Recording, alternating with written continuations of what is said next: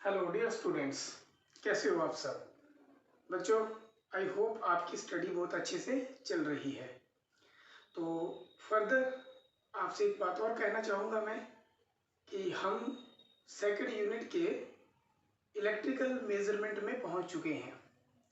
अब हमारे पास सिर्फ 2 लेक्चर हैं, एक आपका मीटर ब्रिज का और एक आपका पोटेंशियोमीटर का। ये बच्चों दोनों के दोनों टॉपिक आपके प्रैक्टिकल एग्ज़ाम में भी आपके आएंगे। तो कई बार मुझे मौका मिला है एक्सटर्नल और इंटरनल एग्जामिनर बनने का ड्यूरिंग माय 18 ईयर टेन्योर। तो ये बहुत इंटरेस्टिंग टॉपिक है बच्चों, मीटर ब्रिज आपका। तो आज हम जो करवाने जा रहे हैं आपको, इससे आप लैब में खुद जो कनेक्शन है आप मीटर ब्रिज के बना पाओगे। ठीक है, इतनी मेरी गारंटी है। आप ध्यान से वीडियो को देखो और ऑब्जर्व करो कि मैं कौन कौन से इंपॉर्टेंट पॉइंट आपको बताता हूँ। यहाँ पर मैं आपको बहुत सारे क्वेश्चन पूछने वाला हूँ इस पर्टिकुलर वीडियो में, जो आपका एक्सटर्नल प्रैक्टिकल एग्जामिनर या फिर हम भी कभी बाहर जाते हैं तो हम वो क्वेश्चन बच्चों से पूछते हैं। तो बने रहिए वीडियो के साथ और पूरा मीटर ब्रिज आप कॉपी पेंसिल हाथ में लेके नोट करते रहिए कि कौन कौन से इंपॉर्टेंट पॉइंट मैं आपको बताता हूँ। तो लेट स्टार्ट्स 1 2 3। ओके, तो बच्चों हमारे पास मीटर ब्रिज, ये मीटर ब्रिज क्या है बेटे? मीटर ब्रिज प्रैक्टिकल एप्लीकेशन है आपकी। प्रैक्टिकल एप्लीकेशन किसकी? Practical application Beed stone bridge की। ठीक है बेटे, बीड स्टोन ब्रिज की ये प्रैक्टिकल एप्लीकेशन है। अब इसको मीटर ब्रिज क्यों बोलते हैं? क्योंकि 100 centimetre length of the wire है। यहाँ पे 100 centimetre length of the wire है जो हम यहाँ पे यूज करेंगे। तो ये आपके पास वायर, ठीक है, इस वायर को हमने बोल दिया ए और बेटे क्या बोल दिया इसको? बी। ये जो वायर है इसको हमने स्ट्रेच किया हुआ बेटे, ठीक है, बिल्कुल टॉट किया हुआ है। किसके ऊपर? वुडन प्लैंक के ऊपर। ठीक है, वुडन प्लैंक क्या होता है? लकड़ी का एक सरफेस, ओरिजेंटल सरफेस, उसके ऊपर हमने क्या किया हुआ है? इस पर्टिकुलर वायर एबी को हमने स्ट्रेच किया हुआ है। अब ये एबी जो वायर है ये किसकी बनी हुई है? हम क्वेश्चन पूछते हैं प्रैक्टिकल में जनरली कि बच्चों बताओ एबी जो वायर है वो किस मटेरियल की बनी है? तो बच्चे जनरली आंसर देते भी हैं कि ये जो वायर है ये कॉन्स्टेंटन और मैग्नेन की बनी है। किसकी बनी है बच्चों? ये कॉन्स्टेंटन और मैग्नेन की। कॉन्स्टेंटन और मैग्नेन एक एलॉय है बच्चों। क्या है बेटे? ये एक एलॉय है। तो एलॉय की क्यों यूज करते हैं हम? इसके पीछे 2 कारण। पहला कारण क्या है कि low temperature coefficient of resistance. ये low temperature coefficient of resistance क्या होता है बच्चों? जैसे ही हम इस वायर में से करंट फ्लो करवाते हैं तो वायर क्या होती है बेटे? यूज हीटिंग इफेक्ट से हीट होती है। अब जब वायर हीट होगी तो उसका रेजिस्टेंस चेंज होगा बेटे, होगा चेंज की नहीं? क्योंकि रेजिस्टेंस जो है वो टेम्परेचर के ऊपर डिपेंड करता है। अब ये जो पर्टिकुलर वायर हमने ली है या तो ये कॉन्स्टेंटन की होगी या मैग्नेन की होगी।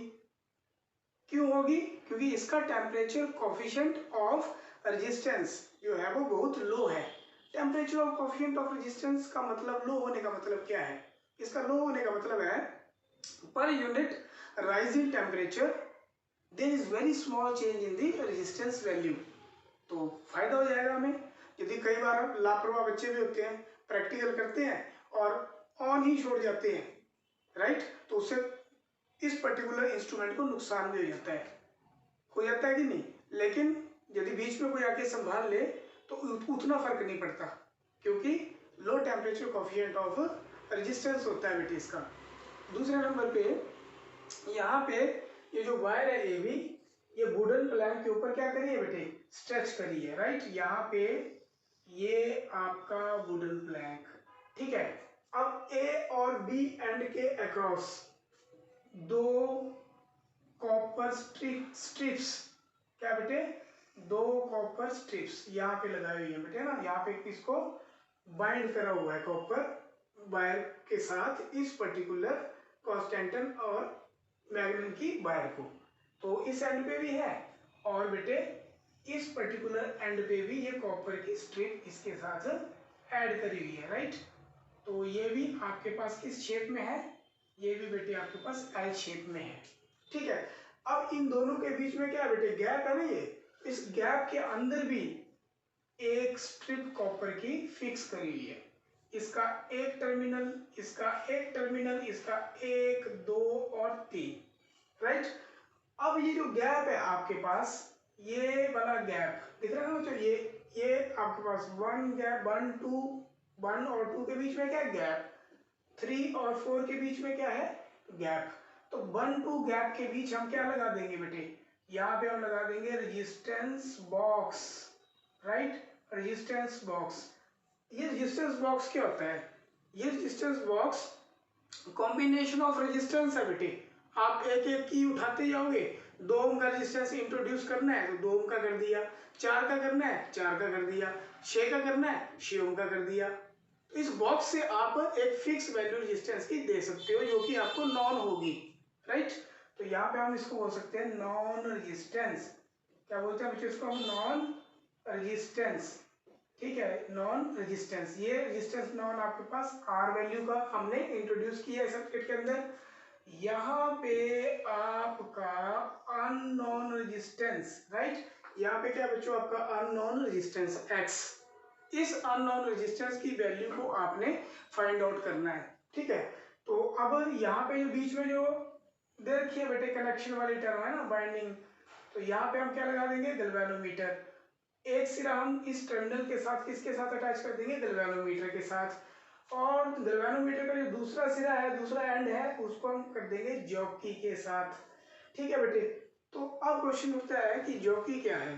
जॉकी बेटे ये आपके पास जो पेन दिख रहा है ना, ये यदि मेटल का बना हो, राइट, यहाँ पे शार्प एज, नाइफ की शार्प एज, देखो शार्प एज होगी तो क्या होगा, ये यदि ये फिंगर को मैं वायर मान लूँ तो ये क्या करेगा, इसके ऊपर देखो स्लाइड करेगा कि नहीं, तो इसको क्या बोल देंगे हम जॉकी को, स्लाइड वायर मेटेलिक कॉन्टैक्ट, क्या बोल देंगे, स्लाइड वायर मेटेलिक कॉन्टैक्ट। तो साथ साथ आप नोट करते रहो। तो ये जॉकी आपके पास, जॉकी क्या है, slide wire metallic contact, slide wire metallic contact है बेटे आपके पास ये, which is used to make electrical connection, right, किसके काम आता है ये, इलेक्ट्रिकल कनेक्शन के काम आता है, ये हमारा इलेक्ट्रिकल कनेक्शन के काम आता है। अब ये जो टर्मिनल आपका ए, ये आपके पास बच्चों बी, तो यहाँ पे फटाफट बैटरी लगा दो, है ना, साथ में की भी लगाना जरूरी है, लगा दी आपने, तो ये बैटरी आपने लगा दी और ये आपने लगा दी की, ठीक है। अब देखो बेटे काम कैसे करता है ये जो व्हीटस्टोन ब्रिज प्रिंसिपल के ऊपर बेस्ड है बेटे, तो ये इस मेथड की विशेषताएं सुन लो पहले, ठीक है। ये नल पॉइंट मेथड है। अब नल पॉइंट मेथड है तो उसका मतलब क्या हुआ, जो रेजिस्टेंस है गैल्वेनोमीटर का वो भी नहीं जुड़ेगा, जो बैटरी का इंटरनल रेजिस्टेंस है वो भी नहीं जुड़ेगा।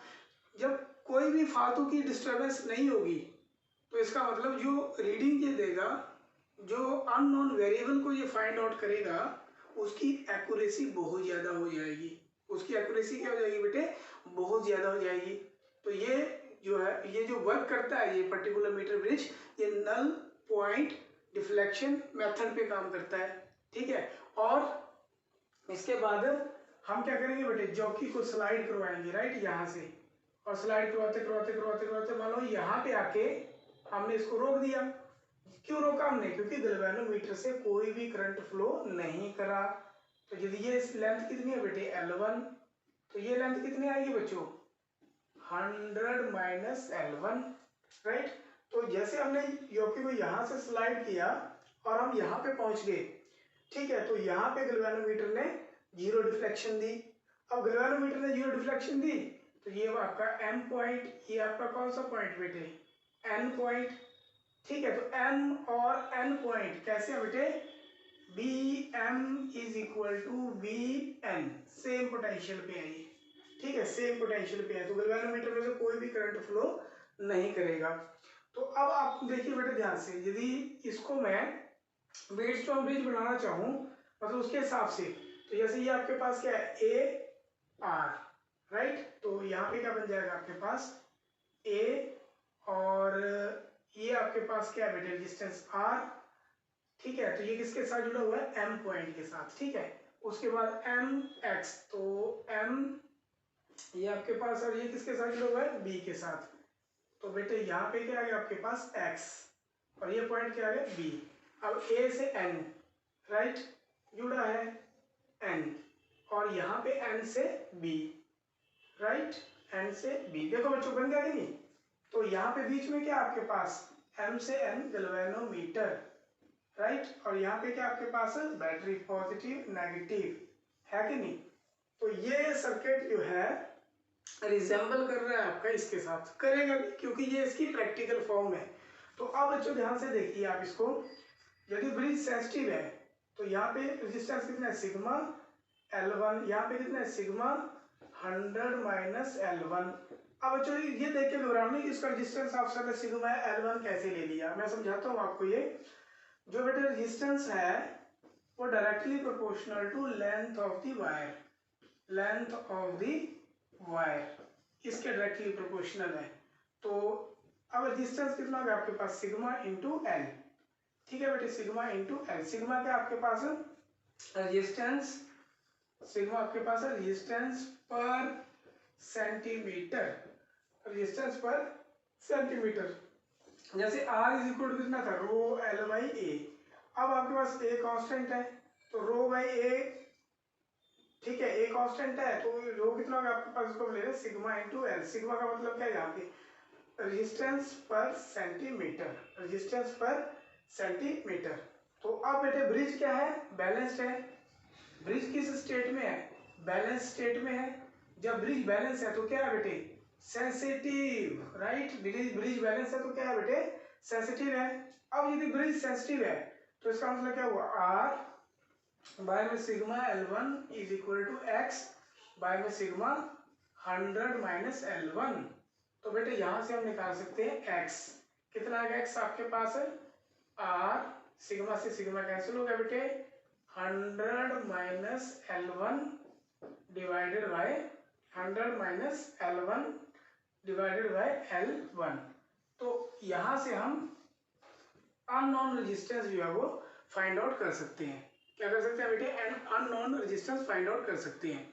अब प्रिकॉशंस क्या क्या बरतते हैं हम जब हम ये प्रैक्टिकल करते हैं, तो प्रिकॉशंस क्या क्या बरतते हैं। तो बच्चों हम यहाँ पे क्या प्रिकॉशन बरतते हैं, एक होती है हमारे पास एंड पॉइंट एरर, क्योंकि एक्सपेरिमेंट होगा, एक्सपेरिमेंट में एरर तो आपके पास आएगी, ठीक है। तो एंड पॉइंट एरर हम कैसे मिनिमाइज करते हैं, ये बेटे आर है ये एक्स है, ठीक है। हम क्या करते हैं, ये जैसे पहले हमने आर और एक्स से एक्सपेरिमेंट कर लिया, अब एक्स को यहाँ पे ले आएंगे, आर को यहाँ पे ले आएंगे। अब एक्स और आर में इंटरचेंज करने पर क्या होगा, एंड पॉइंट एरर जो वो आपकी ठीक हो जाएगी। बच्चों ये एंड पॉइंट एरर आई कहाँ से, ये हम देखेंगे। एंड पॉइंट एरर आपकी आई यहाँ से, ये ए और बी पॉइंट है ना बेटे। कई बार क्या होता है कि ये जो स्केल है जैसे यहाँ पे 2 सेंटीमीटर है ना, 2 सेंटीमीटर है, तो ये आपके पास यहाँ से आगे चली जाती है, शिफ्ट हो जाती है ना, यहाँ पे आगे शिफ्ट हो गई है। तो कनेक्शन कहाँ से शुरू हो रहा है आपका यहाँ से, तो यहाँ पे लाजमी है कि रीडिंग सही नहीं है। अब रीडिंग को एडजस्ट करने के लिए पूरे ऑपरेटर्स को ठीक करना पड़ेगा, ठीक है। तो कई बार टाइम नहीं होता हमारे पास ऑपरेटर्स ठीक करने का, तो हम क्या करते हैं इस x को यहाँ पे ले आते हैं, r को यहाँ पे ले आते हैं। अब इससे फायदा क्या होगा, इससे फायदा ये होगा कि हम कंप्लीट रीडिंग जो है वो एवरेज रीडिंग ले लेंगे। एक बार r से x प्लस x से r वाली डिवाइड बाय 2, उससे एरर क्या हो जाएगी मिनिमाइज हो जाएगी, राइट। सेकंड क्वेश्चन आपके पास आता है कि ये जो कॉपर रेजिस्टेंस है, ठीक है बेटा ध्यान से सुन लो आप ये बात, क्योंकि प्रैक्टिकल में एग्जामिनर जनरली यहाँ से पूछेगा ही। अब सेकंड नंबर पे आपके पास क्या आता है जो मैं आपको बताने वाला हूँ, सेकंड नंबर पे ये चीज आती है कि जो कॉपर वायर हमने यूज करी है, राइट, ये थिक वायर यूज करी है। ये थिक वायर इसलिए यूज करी है ताकि रेजिस्टेंस एड अप ना हो जाए, कांस्टेंटन वायर का रेजिस्टेंस एड अप ना हो जाए, इसलिए हमने मोटी मोटी स्ट्रिप यहाँ पे यूज करी है। समझ रहे हो बच्चों आप बात? इस पर्टिकुलर एक्सपेरिमेंट से हम दो रेजिस्टेंस के बीच में कंपैरिजन भी कर सकते हैं। ठीक है, दो रेजिस्टेंस के बीच में कंपैरिजन भी कर सकते हैं। पहले हम R1 इंट्रोड्यूस करेंगे, फिर R2 करेंगे, और दोनों ही बार आपके पास रेशियो हम ले लेंगे R1 डिवाइड बाय R2। ठीक है, उसके बाद बेटे ये जो मीटर ब्रिज है आपका, ठीक है, ये जो मीटर ब्रिज है आपका, ये इजी टू ट्रांसपोर्ट है। ठीक है, क्योंकि छोटे साइज का होता है, वुडन प्लैंक के ऊपर होता है, तो इसको एक स्थान से दूसरे स्थान तक भी आप इजीली ट्रांसपोर्ट कर पाते हो। ठीक है बच्चों, यदि बच्चों ये वीडियो अच्छा लगा है, ठीक है, जिन बच्चों ने सब्सक्राइब नहीं कर रखा बेटे वो सब्सक्राइब कर लो। ठीक है, और कमेंट करो और लाइक करो, बहुत जरूरी है बेटे, आपको और अच्छे अच्छे वीडियो मैं बनाऊं। Okay, thank you for watching.